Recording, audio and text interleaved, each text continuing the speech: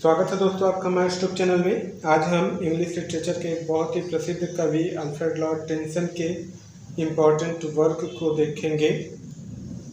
हम इनके वर्क के केवल इम्पोर्टेंट पॉइंट्स को ही पढ़ेंगे जो ज़्यादातर एग्जामों में पूछे जाते हैं। ठीक है, तो आइए हम सबसे पहले अल्फ्रेड लॉर्ड टेनिसन के जन्म और मृत्यु को जान लेते हैं। अल्फ्रेड लॉर्ड टेनिसन का जन्म 1809 में हुआ था और इनकी मृत्यु 1892 में हुई थी। ठीक है, तो आइए अब हम इनके वर्क को देखते हैं।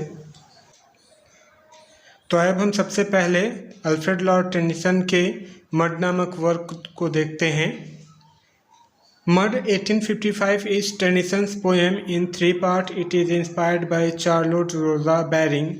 देखिए, अल्फ्रेड लॉर्ड टेनिसन ने जो मड नामक पोएम लिखा था वो 1855 में प्रकाशित किया गया था और इस पोएम को टेनिसन ने 3 पार्ट में लिखा था। It is inspired by Charlotte रोजा बैरिंग। यह चार्लोट रोजा बैरिंग से यह पोएम प्रभावित है। The narrator is antagonistic toward mud. इसमें जो नरेटर है मतलब नरेटर मतलब होता है कवि जो है वो मड के प्रति प्रतिरोधी है। ही फील्स दैट, उसको ऐसा लगता है कि मड इज़ नॉट फिट, कि मड जो है वो फिट नहीं है।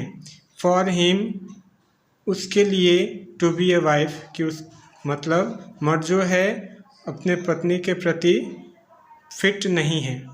बट लेकिन later he falls in love with Maud, लेकिन बाद में वह मड के प्रेम में फंस जाता है। Now muds brother create conflict. अब जो मड का भाई है वह बाधा उत्पन्न करता है। He ask Maud not to be in touch with the narrator. देखिए, ही आस्क मड, वह मड से कहता है कि not to be touch with the narrator, कि वह नरेटर के टच में न आए। ही अरेंज अ बाल, इसलिए उसने एक बाल का व्यवस्था किया। He invites the collier but leaves narrator out. देखिए, ही इनवाइट्स द कॉलियर, उसने कॉलियर मतलब कोयले की खोदान में काम करने वाले को वो बुलाता है, लेकिन लिप्स नरेटर आउट, लेकिन वो नरेटर को बाहर छोड़ देता है। The narrator's wait for Maud, narrator जो है वो मड का इंतज़ार करता है। इन द गार्डन, गार्डन में। Come into the garden Maud, वो कहता है come into the garden Maud. Maud comes to meet him, Maud उससे मिलने के लिए आता है।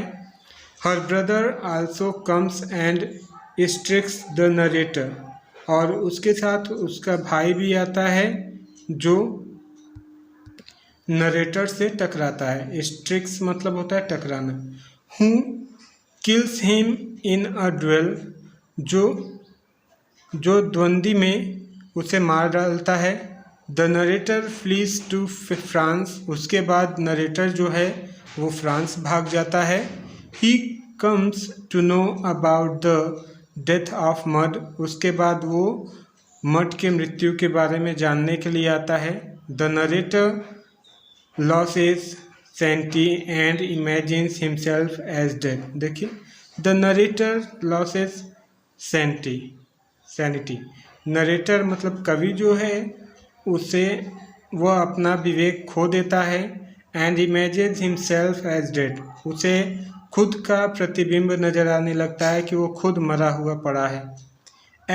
एट लास्ट, अंत में, he comes to sanity and lives to fight in the Crimean war. देखिए, एट लास्ट, अंत में, ही कम्स टू सैनिटी, वह पागलपन में आता है। एंड लिव्स टू फाइट, और लड़ना छोड़ देता है।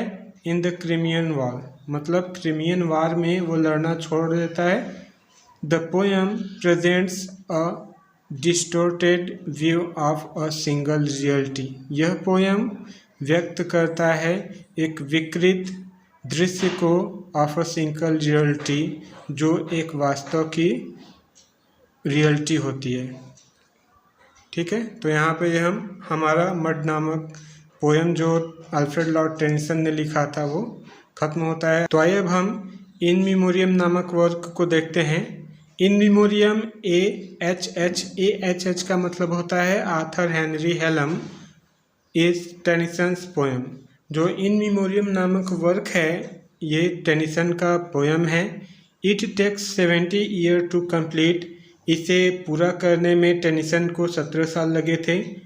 It is completed in 1849। यह 1849 में कंप्लीट हो गया था। It is about Arthur Henry Hallam. यह पोएम आर्थर हेनरी हेलम के मृत्यु के उपरांत लिखा गया था। Who dies suddenly of a cerebral haemorrhage in Vienna in 1833। जिनकी मृत्यु 1833 में दिमाग की नस फटने से हो गई थी। The way of the soul is the original title. इस पोएम का ओरिजिनल जो टाइटल है the way of the soul है। ठीक है, आगे देखते हैं। It is written in stanza of 4 line. यह 4 लाइन के स्टेंजा में लिखा गया था with the rhyming scheme. Rhyming scheme के साथ, जिसका राइमिंग स्कीम था ABBA। ठीक है। It's metre is iambic pentameter. यह आयम्बिक पेंटामीटर में लिखा गया था। It has 133 cantos including the prologue और एपिलॉग। देखिए, इट हैज़ 133 कैंटोस। इसमें 133 कैंटोस हैं प्रोलॉग और एपिलॉग को मिलाकर। ठीक है, तो ये हमारा इन मेमोरियम का भी इंट्रोडक्शन हो गया। तो आइए अब हम अल्फ्रेड लॉर्ड टेनिसन के नेक्स्ट वर्क को देखते हैं जिसका नाम है Enoch Arden. Enoch Arden is Tennyson's narrative poem. Enoch Arden नामक जो अल्फ्रेड लॉर्ड टेनिसन का पोएम है वो एक नरेटिव पोएम है। It is published in 1864। उन्होंने इसे 1864 में प्रकाशित किया था। It is about a fisherman. यह एक फिशरमैन की कहानी है या फिशरमैन के बारे में है। फिशरमैन मतलब होता है मछुआरा। इनोच आर्डन, जिसका नाम है Enoch Arden, who has become merchant sailor, जो कि एक व्यापारियों का नाविक था, मतलब व्यापारियों का नाव चलाता था। He leaves his wife Annie and 3 children to go to sea with his old captain। देखिए, he leaves his wife Annie, वह अपनी पत्नी एनी और 3 बच्चे को छोड़कर to go to sea, समुद्री यात्रा पर गया था। किसके साथ? with his old captain, अपने पुराने कैप्टन के साथ। ठीक है। during his voyage, और उस यात्रा के दौरान his ship is wrecked on a desert island। उस यात्रा के दौरान उसकी नाव जो थी रेगिस्तानी आइसलैंड से फंसकर टूट गई थी। He is lost and remain missing for more than 10 years। और इसके बाद वह 10 सालों तक वहीं पर खोया रहा। When he returns, और जब वह वहाँ से लौटा, he finds that his wife has married Philip। जब वो वहाँ से किसी तरीके से बचकर 10 साल बाद लौटा तो वह देखता है कि उसकी जो पत्नी है वह दूसरी शादी कर लेती है। किससे? फिलिप से। She takes Enoch Arden to be dead, क्योंकि उसको ऐसा लगता था कि उसका पति इनोच आर्डन मर गया है। She has a child by Philip, उसका फिलिप का एक बच्चा भी है। Enoch Arden finds his life to be unfulfilled. Enoch Arden अपने जीवन में अब अधूरा महसूस करता है। One of his children is dead, उसका एक बच्चा मर भी गया है। His wife and remaining children, और उसकी पत्नी और उसके बच्चे, मतलब एक बच्चा तो मर गया है, उसके बाद जो उसके बच्चे बचे हैं, उसकी wife, are being cared by Philip. उसकी वाइफ और उसके बच्चे अब फिलिप की देखरेख में रहते हैं। Philip has been his children, childhood friend as well as his rival. देखिए, Philip has been his childhood friend as well as his rival. Philip और उसके बचपन का दोस्त में विरोध हो जाता है, मतलब झगड़ा हो जाता है। Enoch does not say anything, Enoch इसके बारे में कुछ नहीं कहता।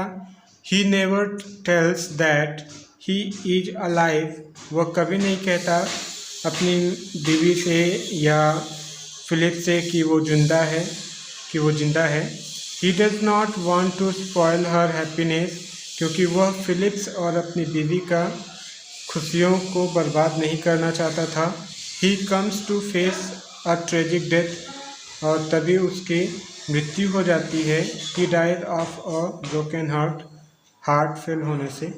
ठीक है, ओके। तो ये हमारा यहाँ पे इनोच आर्डन नामक वर्क भी कंप्लीट होता है। तो आइए अब हम अल्फ्रेड लॉर्ड टेनिसन के नेक्स्ट वर्क को देखते हैं, जिसका नाम है Idylls of the King. Idylls of the King 1859 to 1885 is Tennyson series of 12 poem about King Arthur. देखिए, इडलस ऑफ द किंग नामक वर्क जो है, जिसको अल्फ्रेड लॉर्ड टेनिसन ने लिखा है, वो 1859 से लिखना प्रारंभ किया था और 1885 में कंप्लीट कर दिया था। यह एक सीरीज है 12 कविताओं का, जो अबाउट किंग आर्थर, जो एक किंग आर्थर पर है, जो कि एक योद्धा हैं। हिज लव फॉर गुनिवर, जिसमें गुनिवर के प्रति प्रेम को दर्शाया गया है और किस तरीके से वो प्रेम में धोखा पाते हैं उसको दर्शाया गया है। And rise and fall of Arthur kingdom, और इसके वजह से आर्थर के साम्राज्य में जो उतार चढ़ाव हुआ है उसको दर्शाते हैं ये 12 पोएम। ठीक है। Tennyson take 25 year to complete the Idylls. Idylls को कंप्लीट करने में टेनिसन ने 25 साल लगाए थे। It is mainly based on Malory's book Morte d'Arthur. It is mainly, यह पोयम मुख्य रूप से आधारित है, किस पर आधारित है? Malory's book Morte d'Arthur पर, मतलब मेलोरी के बुक मॉर्टे डी आर्थर पर ये इडलस ऑफ द किंग नामक पोएम पूर्ण रूप से आधारित है। द ट्रेटर इज मॉडरेट, इसका जो देशद्रोह है वो मॉडरेट है, मतलब देशद्रोही जो है मॉडरेट है। The central figure is king Arthur, और इसका मुख्य फिगर जो है वो किंग आर्थर है। ठीक है, आगे देखते हैं। King Arthur becomes the connecting link to all the stories. इन सभी कहानियों का मुख्य लिंक जोड़ किंग आर्थर से है, मतलब सभी कहानियों से किंग आर्थर जुड़े हुए हैं। The poem are dedicated to the late Albert prince consort, और यह पोएम, मतलब इन 12 पोएम का जो सीरीज है वो लेट अल्बर्ट को डेडिकेट किया गया है, मतलब स्वर्गीय अल्बर्ट को डेडिकेट किया गया है, प्रिंस ऑफ कंसर्ट थे। They are in blank verse, ये सभी पोएम ब्लैंक वर्स में हैं। Arthur, Guinevere, Lancelot and Elaine are significant, और इसमें आर्थर, गुनिवर, लैंसलॉट, एलियन का मुख्य किरदार है। The adultery of Guinevere and Lancelot end the bright hope of the Round Table. The 12 book in Idylls of the King are, देखिए, Idylls of the King में जो 12 किताबें जुड़ी हुई हैं उनका नाम है the coming Arthur, Gareth and Lynette, the marriage of Geraint and Enid, Balin and Balan, Marlin and Vivian, Lancelot and Ilian, The Holy Grail, Peleus and Illyri, The Last Tournament, Guinevere and The Passing of the Arthur। ये 12 किताबें हैं। ठीक है, उसके आगे देखते हैं। Morte d'Arthur, Tennyson's renamed Morte d'Arthur as the passing of Arthur. देखिए, मॉर्टेट डी आर्थर को टेनिसन ने रीनेम किया है। मॉर्टेट डी आर्थर से उसका नाम द पासिंग ऑफ आर्थर कर दिया था, becoming the part of the last book of the Idylls of the King, और becoming the part of the last book, यह 12वीं किताब का अंतिम हिस्सा है, the Idylls of the King. Through it, इसके द्वारा, it is an independent poem on the subject of King Arthur. देखिए, it is an independent poem, यह एक स्वतंत्र पोएम है, on the subject of King Arthur के विषय पर। Who is wounded and taken by knight Sir Bedivere to a chapel. देखिए, who is wounded, King Arthur जो कि चोटीले हो गए हैं, एंड टेकन बाई, जो ले जाए जाते हैं, नाइट, योद्धा के द्वारा, जिनका नाम है सर बेलीवर्स टू अ चैपल। देखिए, किंग आर्थर को एक योद्धा सर बेलीवर अपने उपासना में ले जाता है। ठीक है, ये हमारा इडलस ऑफ द किंग नामक पोएम भी खत्म होता है। तो आइए अब हम अल्फ्रेड लॉर्ड टेनिसन के नेक्स्ट वर्क को देखते हैं, the lady of Charlotte. The lady of Charlotte is Tennyson's narrative poem in 4 part. The lady of Charlotte नामक जो अल्फ्रेड लॉर्ड टेनिसन का पोएम है, यह एक नरेटिव पोएम है जिसे 4 भागों में उन्होंने लिखा है। It is about the tragic love of alien. यह ट्रेजिक लव ऑफ एलियन को दर्शाता है, मतलब एलियन के दुखद प्रेम को दर्शाता है। Its concentrates on the relation of art and life and the problem related to the isolation of the artist. देखिए, it concentrates on the relation of art with life, यह जीवन जीने की कला को दर्शाता है, एंड प्रॉब्लम रिलेटेड, और इससे जुड़ी हुई समस्या को किस तरीके से दूर हटाया जाता है उसको दर्शाता है। आगे देखते हैं, शार्लोट्स इज एन आइसलैंड। देखिए, शार्लोट इज एन आइसलैंड, इसमें जो शार्लोट है वह एक द्वीप है। Lady of Shalott lives here with 4 grey walls. यहाँ पे लेडी ऑफ शार्लोट जो हैं वो 4 ग्रे दीवालों से घिरी हुई हैं, एंड 4 ग्रे टावर, और 4 ग्रे टावरों से। ठीक है, there is river on the other side, इनकी दूसरी ओर एक नदी है। There is a road that leads to Camelot. देखिए, there is a road that leads to Camelot, और वहाँ पर एक सड़क है जो कैमलोट से जोड़ती है। कैमलोट एक साम्राज्य है। ठीक है, Camelot is the capital of King Arthur. Camelot जो है इसमें किंग आर्थर का एक कैपिटल है। ठीक है, the lady waves a magic wave, इसमें जो लेडी है वो एक जादुई जाल बुनती है। And has no contract with the world outside, और इसमें उसके देश से, मतलब वो जहाँ है वहाँ से बाहर जाने का कोई कॉन्टैक्ट नहीं है।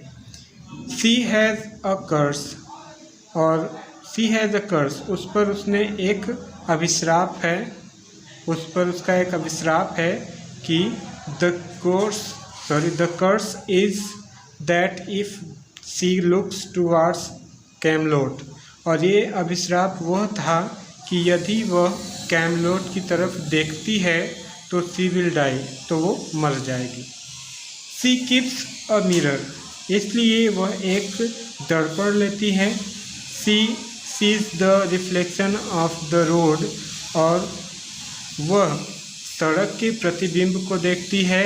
एंड द पीपल, और सड़क पर चलने वाले लोगों के प्रतिबिंब को देखती है। She sees the reflection of Sir Lancelot, और इस प्रकार से वो लैंसलोट के रिफ्लेक्शन प्रतिबिंब को भी देखती है।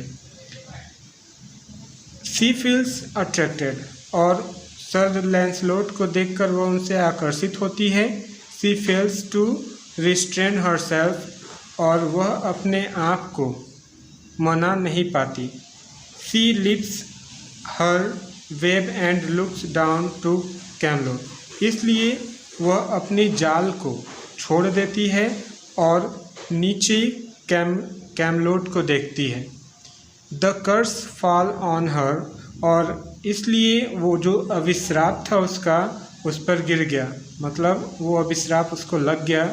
द मिरर बिकम क्रैक्ड, वो जो शीशा था वो चकनाचूर हो गया या टूट गया।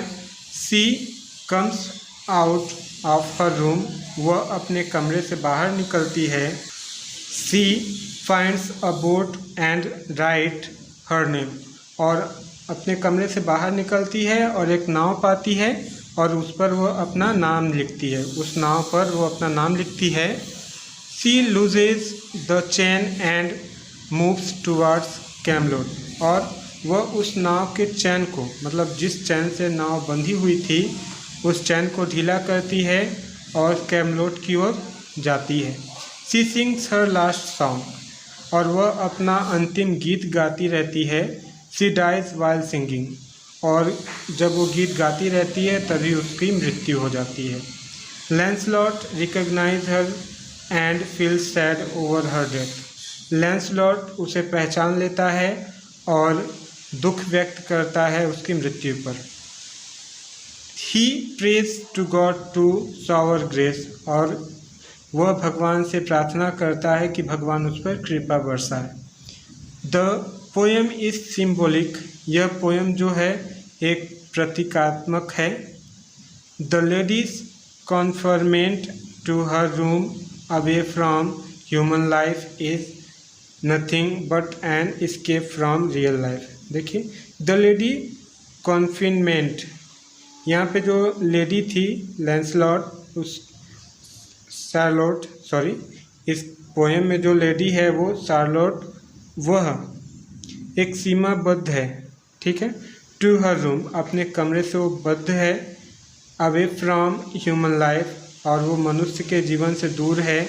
Is nothing but an escape from real life, और इसका उद्देश्य कुछ नहीं है, वह केवल वास्तविक जीवन से बचना चाहती है।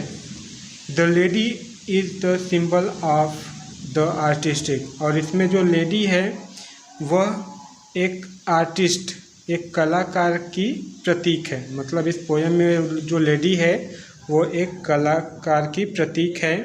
The magic web is the art, और इसमें जो मैजिक वेब है वो एक कला का प्रतीक है।